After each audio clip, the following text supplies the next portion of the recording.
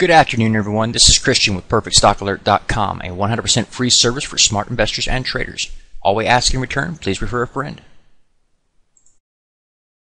Today is Tuesday, March 27, 2012. We're going to take a look here at the NASDAQ. This has been the leader of the markets and really pressed higher.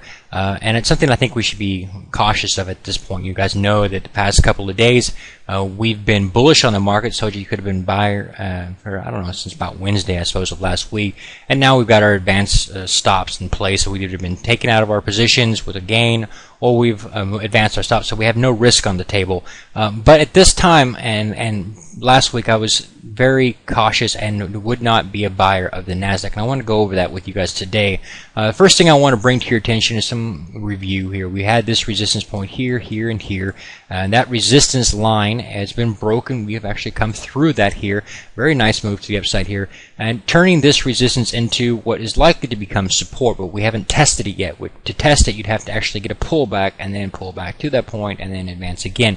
So right now we are extremely overextended in this chart here. So looking at that, I am cautious of being a buyer. That's why I've been avoiding it. There's a few other items I want to bring to your attention as well. If we look at, let me clean that up. If we look at the past few weeks, remember this is a 2-year, 3-month chart. These candlestick here, it represents a single week of activity. You'll find that we've had from this point here moving forward 7 consecutive weeks, counting this week, of upside in the markets here, and that's a lot. You haven't had a single day, or not a single week, I should say, of a breather here, and that's above average. It doesn't typically happen that way. You'll get 3 to 5 days to the upside. That's normal. Here you got 1, 2, 3. Here you got 1, 2, 1, 2, 3. Even 5 can be normal. 1, 2, 3, 4, 5. That's normal. And you got a little weak to the downside. Here, 1, 2, 3, 4. Okay, that's normal.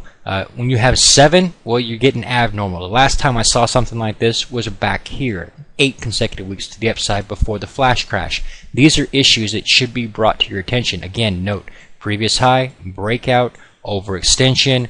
That's what we're looking at again. Previous high, breakout, overextension, same thing. Again, look at the volume here on this advance here to the upside. The lowest volume we have seen to date. It's really not strong volume. Again, here on the breakout, this previous high here, low volume. Okay, so this is something that should be brought to your attention. This should be something that you're looking at saying, you know what, I'm not comfortable being a buyer of these markets. And that makes a lot of sense, because when this guy pulls back, so will your global markets.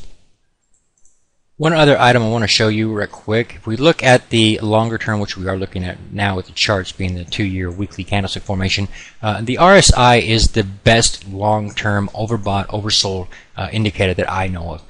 The RSI signals overbought when it hits 70 or higher. It can sustain it for a little while, but eventually it pays the piper and sells off. Back here you had a quick little blip above the 70 line. This dark black line right here is that 70 line, and you jumped up there above that, and we sold off for a few weeks. Here we get it before the flash crash. Again, easy to call that. Back over here, we get it again, a couple weeks to the downside, again, a couple weeks to the downside, and then we start this finding resistance at this point. We end up crashing pretty well. You also notice at this point here and here, you get a lower series of highs on the RSI indicator. At the same time period, you were getting higher price activity. That's a bearish divergence warning that this was going to happen. The price was not sustainable at those levels. That's important. I want to show you something later, so remember this right here. Again, here we're now up there again at 71.75, and anyone buying at this market has really got a lot of guts or very little education on technical analysis. I would not be a buyer in this market. In fact, I've avoided buying this particular market. I have traded a few others, but we've got our stops so tight now that we are either locked in a gain or have zero risk on the table, and that's how you should be trading this market. Okay, here we are looking at the shorter term picture for the NASDAQ, and this is a 3-month chart. Each one of these candlesticks represents a single day. I want to bring your attention again to another bearish divergence. Remember this one we talked about before. We had this high point here, lower high here, it was trending down. And then the corresponding time frame, we had price activity here, and then moving higher here. And this is showing us that price activity was not sustainable at this level. It's going to break down, so we get this move here.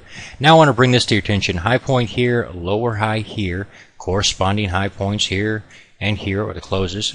We simply draw this out, we can see we have another bearish divergence forming here. This is just more confirmation that what we've already shown you in the longer term chart.